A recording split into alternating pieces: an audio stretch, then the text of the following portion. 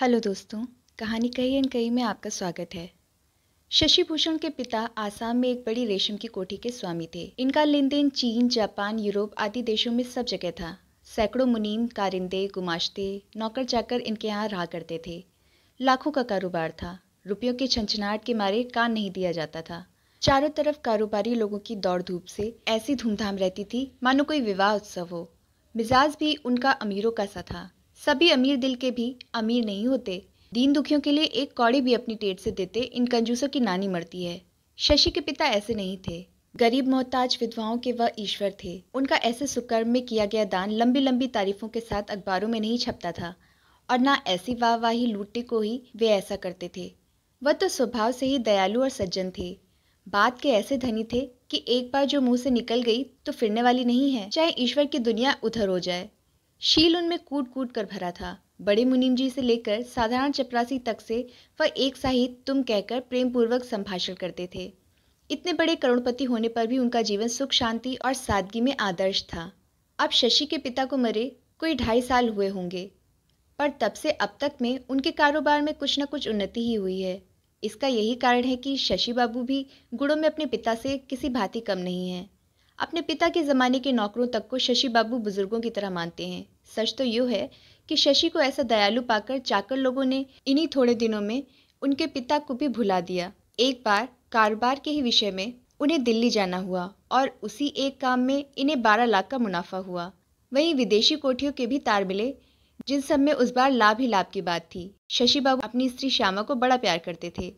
श्यामा को देवी जैसा रूप भी मिला था। उसका सुंदर स्वच्छ मुख देखकर गुलाब का भ्रम होता था। श्यामा जैसी सुंदरी थी, वैसे ही शौकीन भी पढ़ले सिरे की थी। ईश्वर की दया से उसे कमी ही क्या थी। नई नई साड़ी, बढ़िया बढ़िया जेवर, बेशकीमती सामान श्यामा के इशारा करते ही शशि बाबू ला दिया करते थे। भोजन करके जब शशि लेटे रहते और श्यामा को निकट पाकर अपने सुख स्वप्न में डूब जाते तो वह तन्मय हो जाते थे। श्यामा को पाकर शशि अपने को महाभाग्यवान समझते थे। हाँ, तो जब शशि बाबू दिल्ली जाने लगे तो श्यामा ने हीरो का हार और मोतियों की एक माला की फरमाइश की थी। आज 3 महीने में शशि लौटे हैं। ये 3 महीने बड़ी कठिनता से श्यामा ने काटे हैं। कुछ तो उत्साह से और कुछ लज्जा से श्यामा का कलेजा धक धक हो रहा है। शशि के पास जाने में उसे कुछ भय सा लगता है। हल्के फिरोजी रंग की रेशमी साड़ी पहने श्यामा अपने कमरे में खड़ी पति के पास जाने की बात सोच रही थी। घड़ी घड़ी उसके माथे पर पसीना आ रहा था, जिसे वह रुमाल से पोंछ रही थी कि अचानक स्वयं शशि ही उसके पास आ पहुंचे। श्यामा इतने दिन बाद उन्हें देखकर सिकुड़कर इतनी सी हो गई।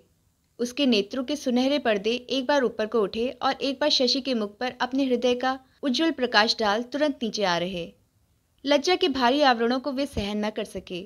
शशि ने श्यामा का हाथ पकड़कर कहा, क्यों श्यामा, क्या हमें पहचाना नहीं? यहाँ तो आओ, कुछ बोलोगी नहीं क्या? श्यामा का मुख लाल हो गया, उसे पसीना आ गया, कुछ कहते ना बना। क्या बोलूं, श्यामा यही सोचती रही। शशि ने उसे धीरे धीरे गोद में बैठाकर उसका पसीना पोंछते पोंछते कहा, क्यों श्यामा, ये कैसी नाराजगी है? पति से इस प्रकार दुलार पाकर श्यामा बड़ी सुखी हुई। बारंबार स्वामी के प्रबोध करने पर श्यामा को कुछ बोलने का साहस हुआ और उसका मुख खुला। खुलते ही मुंह से निकल पड़ा, हमारी माला और हार क्यों नहीं लाए? प्यारी की इस अटपटी और सरल वाणी को सुनकर शशि से न रहा गया। उसने अनगिनत बार श्यामा का मुख चूम डाला। लाए हैं सरकार, ना लाते तो कहाँ रहते, कहकर हार, माला तथा जवाहरात की अन्य चीजों का डिब्बा सामने रख दिया। माला और हार को पाकर श्यामा बड़ी प्रसन्न हुई। सुख और प्रसन्नता से सारी सुध-बुध खोकर श्यामा पति की छाती पर झुक गई। उस दिन शशि ने सब दाम भर पाए। ये सब जेवर उसने कोई 3.5 लाख के खरीदे थे। 1 वर्ष बाद वह हारमोनियम पर मधुर ध्वनि से गा रही थी। शशि मुग्ध होकर एक चित्त उस चंद्रमा से बहते अमृत को पी रहे थे। उनकी आंखें उसी चंद्रमुख पर थीं। इससे अधिक सुंदरता हो सकती है या नहीं, शशि यही सोच रहे थे। अचानक उनका सोच एकदम भंग हो गया।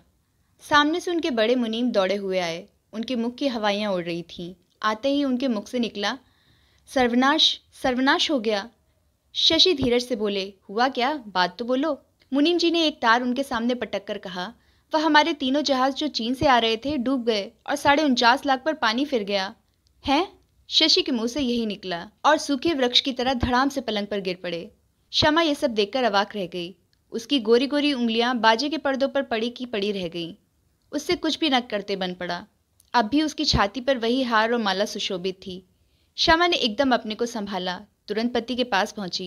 किसी प्रकार से कुछ मुस्कुराहट भी उसके मुख पर आ गई। श्यामा ने समझा प्यारे पति के दुख में यह मुस्कुराहट अच्छी औषधि होगी। ऐसे दुख में सरला श्यामा को मुस्कुराते देखकर शशि को हंसी आ गई। उन्होंने चुपचाप श्यामा को पकड़कर छाती से लगा लिया। उनकी आंखों में 2 बूंद आंसू छलछला आए। श्यामा ने उन्हें ढांढस देकर सब हालचाल जानने को कोठी में भेजा। बाहर आते ही उन्हें एक तार अपने आड़ती का मिला कि 7.5 लाख का बिल कल 4 बजे तक अवश्य अदा करना पड़ेगा। शशि को काट मार गया। वापस घर आकर चारपाई पर पड़ गए। अचानक इस दुख को शशि सह न सके। उनका हृदय विदीर्ण होने लगा। एकाएक कुछ सोच वह उठ खड़े हुए। एक बार श्यामा ने रोकना चाहा, पर वह उन्मत्त की तरह चले ही गए। कुछ सोचकर श्यामा ने एक जौहरी को बुलाया और अपने सारे जेवर 7.5 लाख में बेच डाले। एक छल्ला भी बाकी न छोड़ा और वेश बदलकर स्वयं बैंक में जाकर 7.5 लाख का बिल चुका दिया। तब वह चुपचाप अपने घर आ बैठी। देखा शशि अभी नहीं लौटे हैं। वह अपने मित्रों से सहायता लेने निकले थे, पर कोई तो घर नहीं मिला। किसी का मिजाज ठीक नहीं था। मतलब यह कि निराश हो वह बैंकर के पास गए और कहा, महाशय, कल मैं यह बिल किसी प्रकार से अदा नहीं कर सकता। बैंकर ने आश्चर्य से उसकी ओर देखा और कहा, महाशय, एक स्त्री आपका बिल चुका गई है। स्त्री चुका गई? शशि ने आश्चर्य से उसकी ओर देखकर पूछा। हाँ महाशय, बिल चुक गया है। शशि बाबू बड़े असमंजस में पड़े कि किसने ऐसा किया, श्यामा ने? इसी विचार में शशि घर आ रहे थे। द्वार पर पहुंचते पहुंचते मुनि उनको बुला कोठी में ले गया और एक तार देकर कहा, ईश्वर का धन्यवाद है कि वे जहाज सिर्फ भटक गए थे। एक में कुछ हानि हुई है, पर वह बीमा किया हुआ है। अब वे बंबई पहुंच गए हैं और बंगाल बैंक के नाम से 10 लाख का चेक है। शशि ने हचकिचाकर सब सुना। एक ही दिन में ऐसा परिवर्तन देख शशि पागल से हो गए। धीरे धीरे संभल कर घर आए। श्यामा तब भी धीरे धीरे बाजा बजा रही थी। धीरे धीरे शशि श्यामा के पीछे जा खड़े हुए। उन्होंने श्यामा के मोड़े पर हाथ रखकर कहा, श्यामा, इधर आओ। एक कोच पर दोनों बैठ गए। शशि ने श्यामा के दोनों हाथ पकड़कर कहा, श्यामा, तुमने चोरी की है, बोलो सच्ची बात है ना? सरलता से श्यामा हंसकर बोली, तुम्हारी बात कभी झूठ हो सकती है? हमने तुम्हें ही ना चुराया है। इसी की सजा देने आए हो? अच्छा, क्या सजा दोगे, कहो। इधर आ पगली, बड़ी व्याख्याता हो गई है, कहकर शशि ने श्यामा को छाती से लगाकर दाब दिया। फिर उसको गोद में लिटाकर उसके बाल सुधारते हुए बोले, अच्छा कहो, क्या सचमुच तुम ही ने बिल चुकाया है? कहाँ से चुकाया, बताना। रुपया कहाँ से मिला? बात सुनकर श्यामा पहले ताली बजाकर हंस पड़ी, फिर दोनों हाथों को शशि के गले में डालकर कहा, मिलता कहाँ से? हमारे एक प्रेमी ने हमें गहने बनवा दिए थे, उन्हीं को बेचकर चुका दिया है। अचकचाकर शशि बोले, अरे क्या जेवर बेच दिया? इतना साहस, यह क्या सूझी? क्या माला और हार भी? श्यामा, दोनों अंगूठी भी। शशि की आंखों में पानी भर आया। वह उसे छाती से लगाए कुछ देर खड़े रहे। फिर किसे बेचा है पूछकर बाहर आए। सीधे जौहरी के पास गए। उन जवाहरात को देखकर वह खुश हो रहा था। सचमुच बड़ा लाभ का माल था। तभी शशि पहुंच गए। कुछ मुनाफा देखकर सब वापस ले लिया और घर आकर श्यामा के गले में अपने हाथ से जेवर पहनाकर कहा, ऐसे अमूल्य जेवर तूने कैसे बेरहमी से बेच दिए? श्यामा ने दोनों हाथ पति के गले में डालकर आंखों में आंखें भरकर कुछ शर्म से अपने सिर को पति की छाती पर टेक कर कहा, प्यारे पति से बढ़कर स्त्री के लिए और कौन सा आभूषण है?